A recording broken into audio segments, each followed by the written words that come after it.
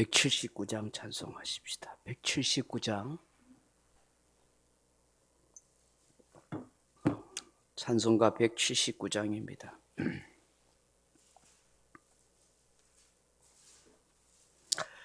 주 예수의 강림이 가까우니 저 천국을 얻을 자 회개하라. 주 성령도 너희를 부르시고 무천사도 나와서 영접하네. 주 예수님 너희를 찾으시니 왜 의심을 하면서 오지 않나.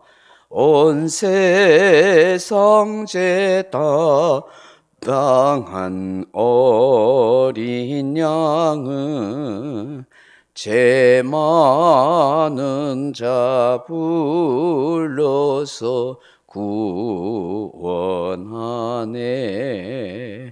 이 세상이 즐기는 재물로는 내 근심과 고초를 못 면하리. 또 숨질 때 위로를 못 얻으며 저 천국에 갈 길도 못 찾으리. 내 아버지 주시는 생명 양식 다 배불리 먹고서 영생하라. 곧 의심을 버리고 주께 오며 그 한없는 자비를 힘입으리. 아멘. 하나님 말씀 요한복음 17장 2절 3절 같이 읽겠습니다. 요한복음 17장 2절 3절입니다. 아버지께서 아들에게 주신 모든 사람에게 영생을 주게 하시려고 만민을 다스리는 권세를 아들에게 주셨음이로소이다. 영생은 곧 유일하신 참 하나님과 그가 보내신 자 예수 그리스도를 아는 것이니이다. 아멘. 사랑하는 성도 여러분, 사람은 오래오래 살고 싶습니다. 죽지 않고 싶습니다. 영생하고 싶은 마음이 누구에게나 다 있습니다. 그래서 오래 살고 싶어서 좋은 음식도 먹고 좋은 약도 구하고 또 진시황 같은 사람은 늙지 않는 불로초를 구하기 위해서 온 사방으로 사람을 보내서 그 불로초를 구해주고 했습니다만 결국 다 죽습니다. 하나님께서 사람을 하나님의 형상으로 창조하셨을 때에는 우리로 하여금 영생하는 존재가 되도록 하셨습니다. 사람을 하나님의 형상으로 창조하셔서 온 우주 만물 가운데 특별한 한 곳을 또한 지정해 주셨습니다. 그것이 바로 에덴이지요. 그 에덴 동산에 하나님의 형상의 사람을 그곳에 두어 살게 하시고 하나님의 대행자로서 또 하나님과 언약을 맺고 영생하는 존재로 그것을 통치하고 다스리며 사람들로 하여금 번성하며 살도록 해 주셨습니다. 우리 하나님께서 이렇게 하나님의 형상으로 사람을 창조하시고 또 에덴 동산에서 살도록 그렇게 해 주신 것을 가만히 생각하면 하나님의 뜻과 의도를 발견할 수 있을 것 같습니다. 왜 그렇게 하실까요? 우리로 하나님의 형상으로 사람을 만드신 것은 하나님과 깊은 교제와 사랑의 관계 속에서 영원히 살기를 원한다 하는 것입니다.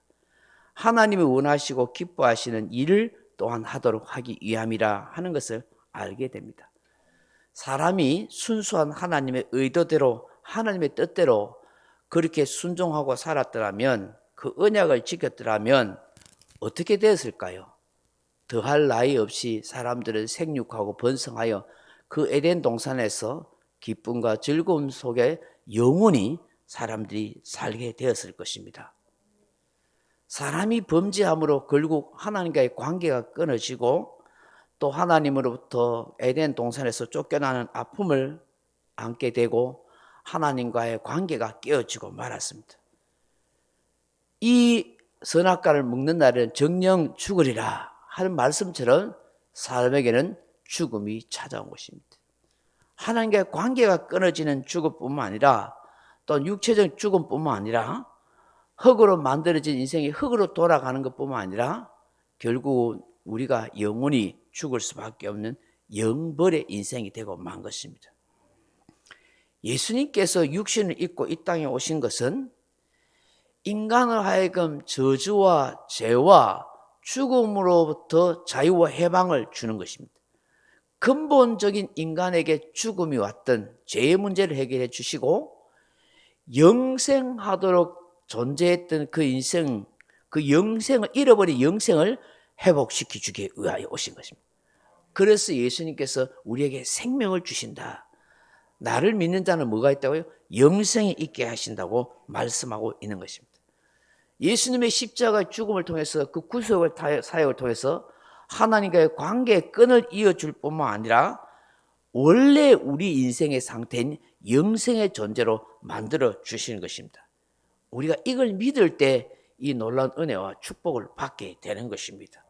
그래서 하나님이 세상을 이처럼 사랑하사 독생자를 주셨으니 이는 저를 믿는 자마다 멸망치 않고 무엇을 얻게 하심이라고요? 영생을 얻게 하려 하심이라. 그렇게 말씀하십니다.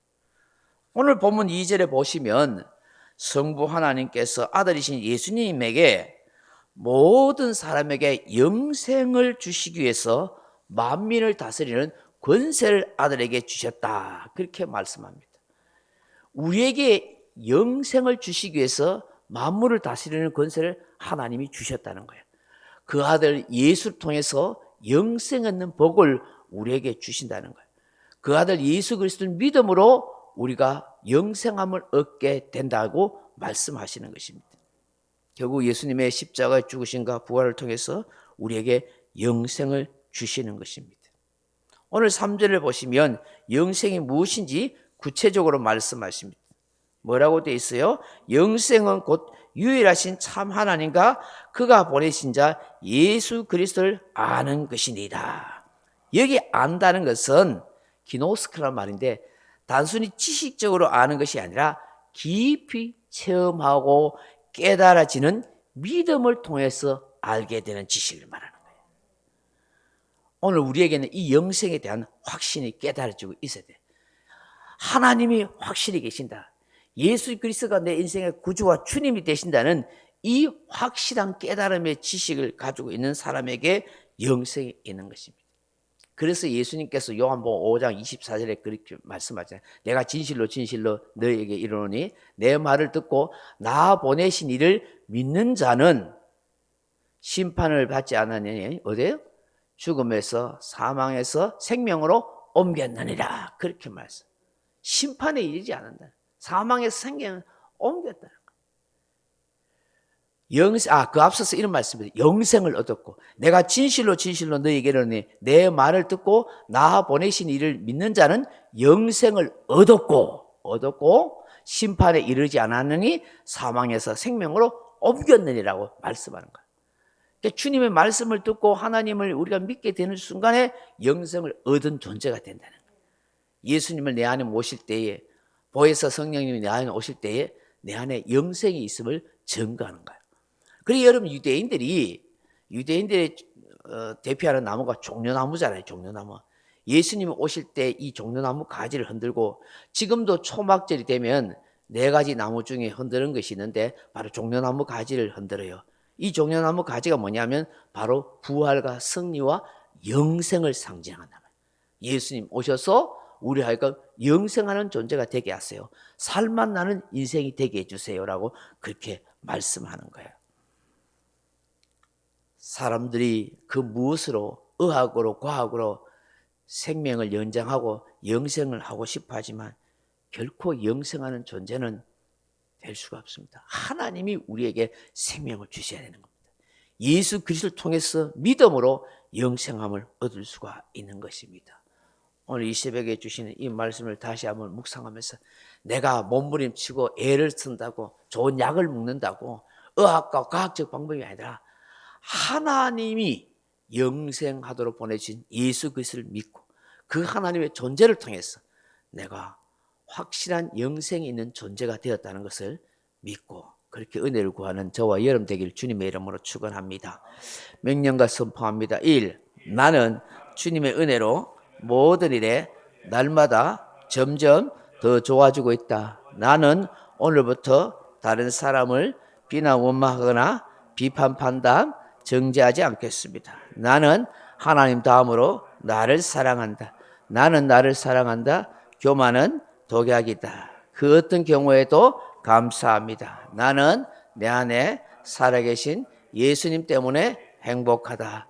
있을지어다 그대로 되니라. 좋았더라. 아멘. 각자 기도하시다 돌아가시기 바랍니다.